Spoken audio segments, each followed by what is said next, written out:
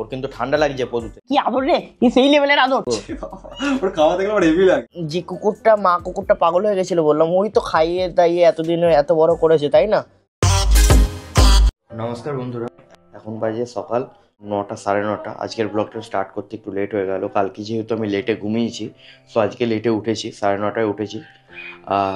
কালকের ব্লগটা বা পরশু দিনের ব্লগটা আপনাদের মধ্যে যদি কেউ দেখে থাকেন তাহলে জানেন যে কি ডেইলি আমাদের মধ্যে কি চলছে, কি একটা খারাপ সময়ের মধ্যে দিয়ে যাচ্ছে বলতে গেলে। যে কুকুরটা আর কি মা কুকুরটা ছিল, বলেছিলাম কালকে দুটো তার বেবিকে নিজেই মেরে দিয়েছে, আর দুটো বেবিকে আমরা সরিয়ে রেখেছিলাম। আজকে সকালে ঘুম থেকে উঠে জানতে পারছি যে ওই মা কুকুরটা অটোমেটিক মরে পড়ে আছে, হার্ট অ্যাটাক করেছে বা স্ট্রোক যাই হোক, কারণ এত ও দৌড়াদৌড়ি করছিল কদিন ধরে। আমি বলেছি ব্লগে, বাচ্চার পর হয়তো পাগল টাইপের হয়ে গেছিলো। তো ওর বেবিগুলোকে টেক কেয়ার করতে হবে, আদিদের বাড়িতে রাখা আছে। দেন যে বিড়াল বাচ্চাগুলো ছিল যার মা মারা গেছে, ওই কুকুরটাই যে বিড়ালটাকে মেরেছিল, মা বিড়ালটাকে।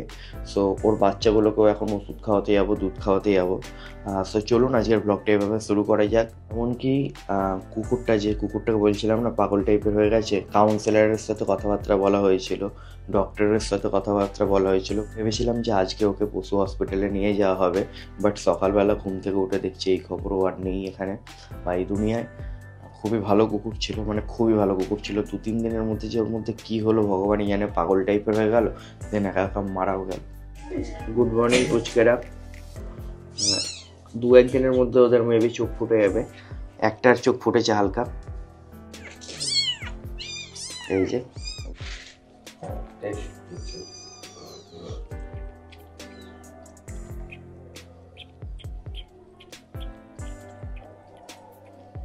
এখন বুঝে গেছে জানো তোমার কীভাবে খেতে হয়।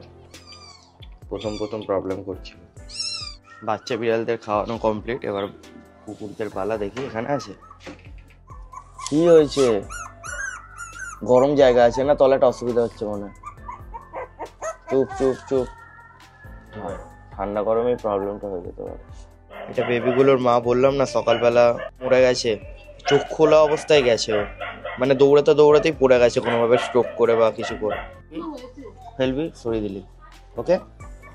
এবার খুললি, একটুখানি টিপলি, সরিয়ে দিলি, ক্লিয়ার। একবারে ধরে রাখবি না, টিপে যাবি না। ধরলি, খুললি, হালকা দিলি, ছেড়ে দিলি। সকাল দিয়ে পুচকেরা অনেক খেলাধুলা করেছে। কিছুক্ষণ আগে মা ওদের ভেতরে ঢুকিয়ে দিয়েছে, ওরা এখন আরামসে ঘুমাচ্ছে সবাই। এখন আমার আওয়াজ শুনেও আজকে উঠছে না, তার মানে কত গভীর ঘুমে আছে। সকালে উঠে ছাদে গিয়ে পুচকেরা আর পুচকের মারা প্রচণ্ড খেলা করেছিল। ওর মা এখানে ঘুমাচ্ছে আর ওর মাসি এখানে ঘুমাচ্ছে।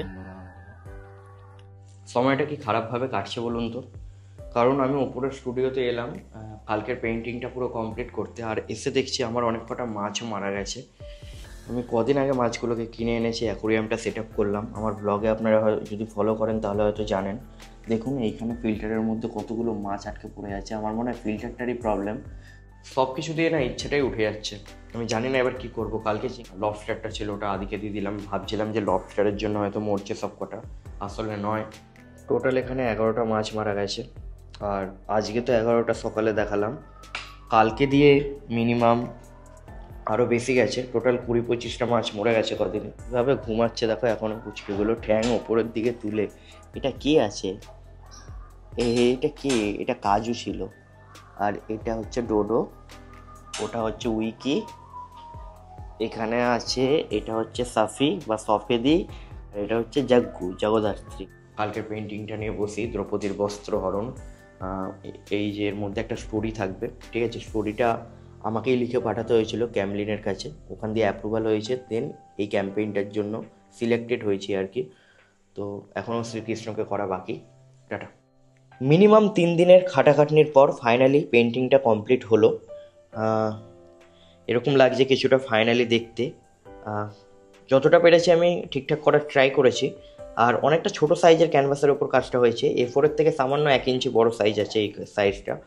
আর কালারগুলো হচ্ছে এই, আর ক্যামেলের একটা, মানে এটা একটা কোলাবরেশন টাইপের ছিল ক্যামেল ব্র্যান্ডের সাথে। সো ওই পরিপ্রেক্ষিতে ভিডিওটা হয়েছে আর কি, বাট ওরকমভাবে ভিডিওতে বলিনি আমি, এখানে এমনি বলে দিলাম। এই পেন্টিংটা করে নিজে পার্সোনালি খুবই হ্যাপি। আমার লাইক এইটা একটা ইমোশনের জায়গা, এই পেইন্টিংটা। এটা আমি এই আঁকাটা দিতে হবে না কাউকে, এটা আমার কাছেই থাকবে। তো এইভাবে আমার আঁকার স্টুডিওর দেয়ালে রেখে দেবো। কতটা ছোট বুঝতে পারছেন, দেখুন বেশি বড় না কিন্তু। এই ছোট জায়গার মধ্যে এতগুলো ক্যারেক্টারকে এইভাবে ফিট করানো অনেকটাই চ্যালেঞ্জিং কাজ ছিল আমার পক্ষে। লাইটের কারণে এখানে ক্লিয়ার ভালো মতো বোঝা যাচ্ছে না, বাট আর্টটা যদি আপনারা সামনে দিয়ে দেখেন অনেক গুণ ভালো। এখানে ভিডিওতে আমার ওরকম ভালো লাগছে না, রিয়ালে বেটার লাগছে। তা তো ভালো হলো, বাট 2-3 দিন ধরে যেটা হচ্ছে ওটা মানে ভাবনারও বাইরে। সো দেখি এখন প্রচণ্ড খিদে পেয়ে গেছে। সো এখন বাজে দুপুর 2টো, এখন যাব কিছু খেয়ে নেবো, কিছু খাওয়া হয়নি সেভাবে আজকে। প্রচণ্ড খিদে পেয়ে গেছে, দেন বেবিগুলোকে আরেকবার খাইয়ে দেবো। চলুন যাওয়া যাক, বাই। ভোরবেলা ওপরে পুচকেরে এসেছিলো, এসে একটা গ্যাদা গাছকে মেরে দিয়েছে, কামড়ে দিয়েছে না, পুরো চিবি চিবি খেয়েছে। চিবি চিবি খাচ্ছিল গ্যাদা, তুমি দেখো নি? গাছে বাঁচবে না, মরে গেছে। ইস, হয় নাকি? একেই ছোট চারা ছিল, কদিন আগে এরকম নিয়ে এসেছিলাম, পুরো খেয়ে নিয়েছি। এবার কোথায় ছিল ওটা? রানা বলছে ডোডো জল দেবে না 2 দিন পরে ঠ্যাং তুলে, ইস, ওই কি জন্য সব কথা। গাছ কমিয়ে দিয়েছে, নাহলে ওর জল দিতে কষ্ট হবে, এতগুলো গাছ। ডোডো খেয়েছে? সব কটা মিলে হামলেছে, সব কটা খেয়েছে, এটাও খেয়েছে, আর এর পাটা ছেড়ে দিয়েছে, ধরেছি টেনে। এই যে তাহলে তো পাতা সাবধানে ছেড়েছে, ছাড়তে হবে এই যে ওদের এখন পাতা ওপরে। ছেড়েছে, কি কতগুলো করবে পাতা তাহলে? ছেড়েছে। চারা গাছ মেরে দেবে তো। গাছ খাচ্ছে কেন ওরা?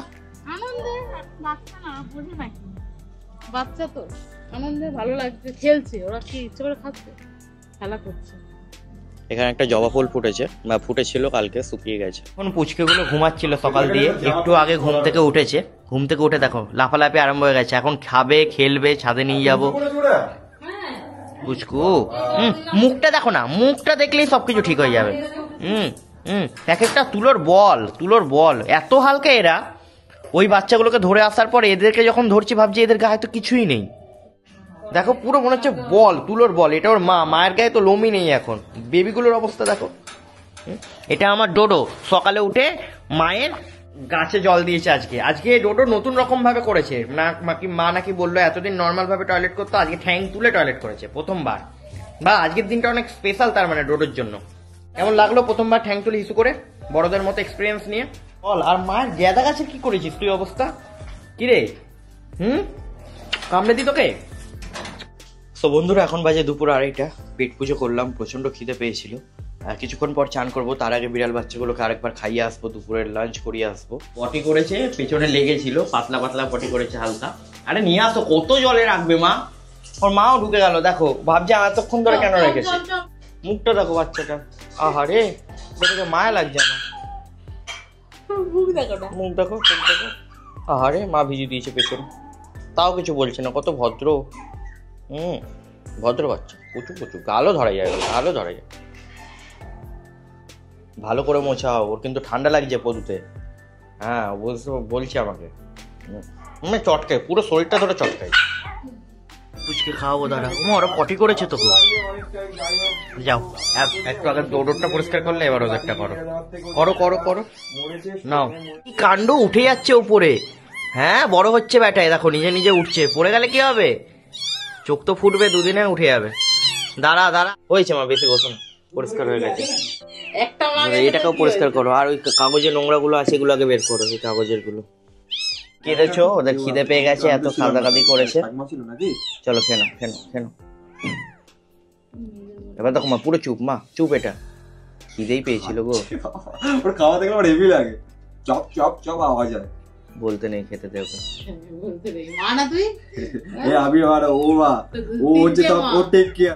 এই যে বিড়ালটা মারা গেছে না 2 দিন আগে, যার বেবিদের এখন খাওয়ালাম, ওরই বেবি, আগের বছরের বেবি।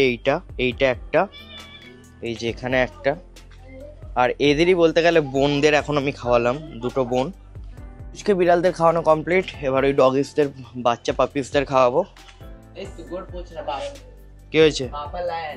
এই যে এরই মেয়ে ছিল সুন্দরী, যে সকালে দেখালাম, মরে গেছে। এর মেয়ের এখানে মেয়ে, এদেরকে গন্ধ শোকা যাতে এদের কিছু না করে। এটা হচ্ছে ওর দিদা। যা, কি হলো, পালিয়ে গেলি কেন? আরে নাতনি রে তোর, যা নাতনি। দিদা দেখছে এখানে, এই কেয়ার করবি, ঠিক আছে? ওর মধ্যে কিছু তো প্রবলেম এসেছিল, কারণ যে মা কুকুরটা পাগল হয়ে গেছিল, বললাম, ওই তো খাইয়ে দাইয়ে এতদিনে এত বড় করেছে, তাই না? লাস্ট 2 দিনে ওর যে কি হলো, এরকম আরো 2টো বাচ্চা ছিল, ওই মেরে দিল। কি গুবলু গাবলু বাচ্চা দেখুন। চল দে দুধ দেখছি কেন? কোনো ব্যাপার না। খেয়ে খাওয়ানো হয়ে গেছে ওকে। এটা আর একটা পুচকে।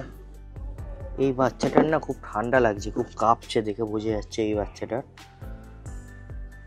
তো বাল্বটা সেট করি, কালকে যেটা বানিয়েছিলাম, তাপ লাগবে তো শান্তিতে ঘুমাতে পারবে। এখন একটা বেবি কাঁপছিল না, সো এই বাল্বটা কালকে সেট করেছিলাম, আজকে নিচে থাকবে, কোনো ক্ষতি হবে না, সব ঠিক रहेगा। দেখা তাপ কেসা है। ওরা এখন তাপের মধ্যে থাকবে, ভালো থাকবে। বাল্বটা জ্বালিয়ে দেওয়া হয়েছে, এখানে থাকুক, আবার পরে এসে খাওয়াবো। এই হচ্ছে আদির অ্যাকোরিয়াম, এর মধ্যে গৌতম বুদ্ধের একটা মূর্তি আছে, তো মাছ আছে দেখুন।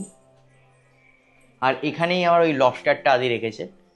ভাই অ্যাঞ্জেলগুলো কি বড় বড় রে, বড় হয়ে গেছে। গোল্ড ফিশটাও খুব সুন্দর। বন্ধুরা এখন বাজে 7টা, আমি নিজে দেখে অবাক। এতক্ষণ আমি সেই বিকাল দিয়ে এডিট করছিলাম, ওই আঁকাটা কমপ্লিট করলাম, এডিট করলাম, 1 মিনিটের একটা রিলস এডিট করতে মিনিমাম 2-3 ঘন্টা লাগলো। কেমন হয়েছে রিলসটা এডিট করার পর আমি দেখিয়ে দিচ্ছি। महाभारत की एक कथा है।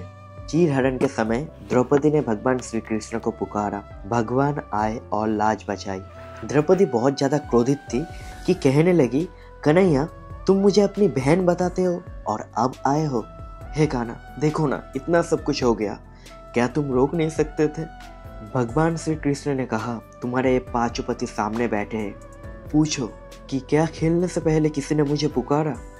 दुर्योधन ने कहा कि हमारा ओर से पासा हमारा मामा शकुनी फेंकेगा।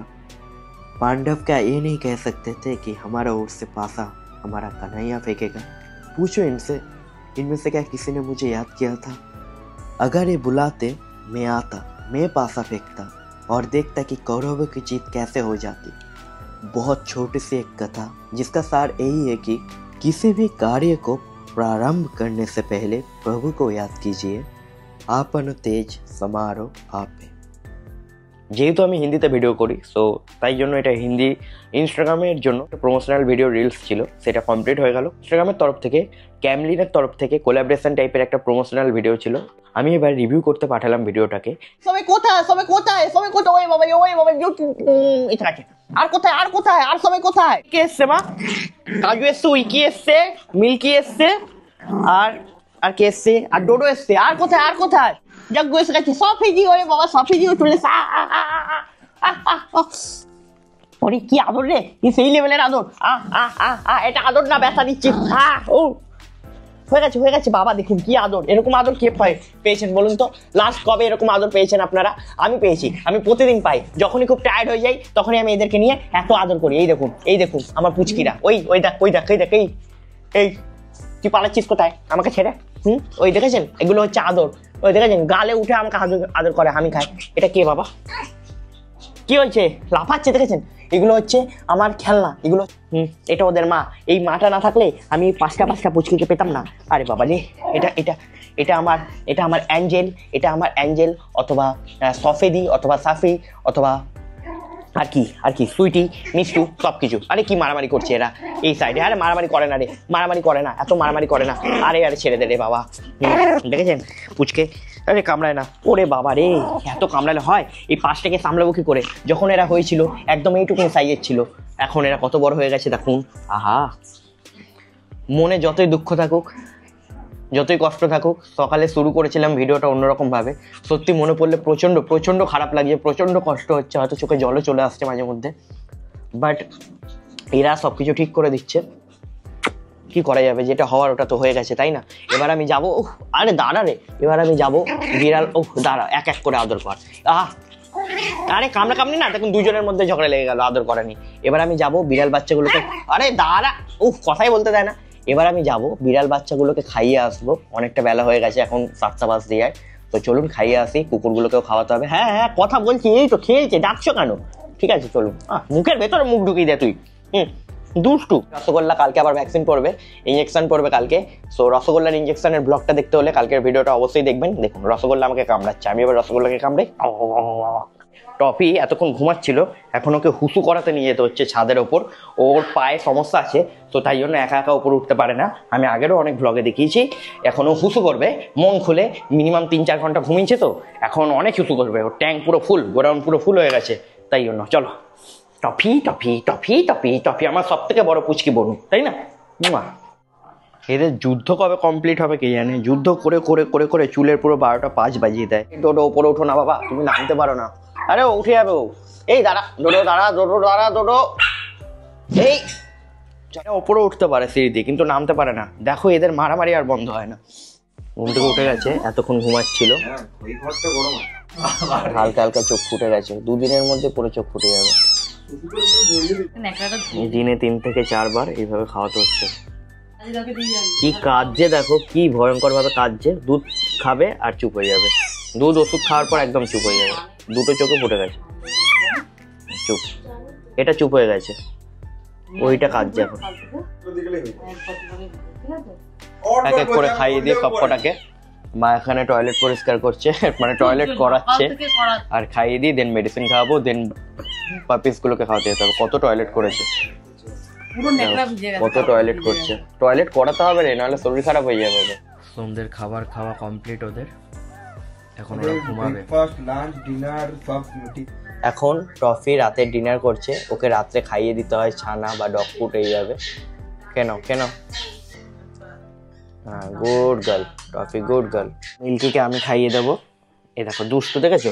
আমার বাচ্চারা ছানা খাওয়ার জন্য পাগল, আর ও মা হয়ে খেতে চায় না, ওকে তাই জন্য জোর করে খাইয়ে দিতে হয়। আপনারা যদি কেউ পাপিস নেন, কখনো যদি ওরা না খায়, ওদের কখনো জোর করে খাওয়াবেন না, নাহলে এরকম মুশকিল হবে। লাস্টে দেখবেন ওরা নিজে নিজে খাচ্ছেই না, রোজ ওদের খাইয়ে দিতে হবে, নাহলে ওরা খাবেই না। যেমন এদের হয়েছে অভ্যাস। আমরা ছোটবেলায় আগে বুঝতাম না আর খাইয়ে দিতাম, যখন খেত না, এই করে পুরো অভ্যাসই বদলে গেছে ওদের। খাওয়া কমপ্লিট মিল্কির। সো আজকের জন্য ব্লগটা এখানেই সমাপ্ত করছি। গুড নাইট করে দাও মিল্কি। Good night, tata.